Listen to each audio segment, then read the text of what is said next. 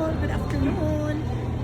I'll bring you here with our, our merienda. I'm just curious. It's all Filipino foods. We love Filipino foods. So here, thank you, Joy. Look. Hi, Joy. Filipino foods. So, from Sutangon to Dinogoan. This is the only Dinogoan that I can eat.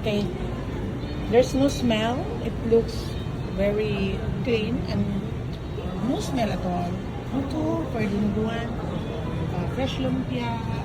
We have a ham and cheese sandwich. This is not my favorite one. But that photo also, I did not eat. This one also I did not. And this banana cake, the sweet. So I forgot that because it's sweet. And this I got one. Because I like mais. Kuchinta I forgot. And kasama cake. And royal bibingka. I don't know why they call it royal bibingka. So for the royal, I don't know that. And chocolate for the bibingka. And for the putumaya. My favorite also. Fruits. I hope there's no fly. Hopping in this food.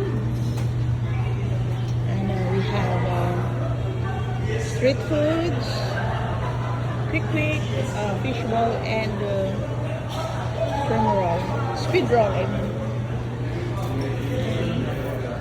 In this area, we have champorado, violet champorado. Look, ano ka? Violet champorado and shumai. Yeah, so for today, here in Cebu City.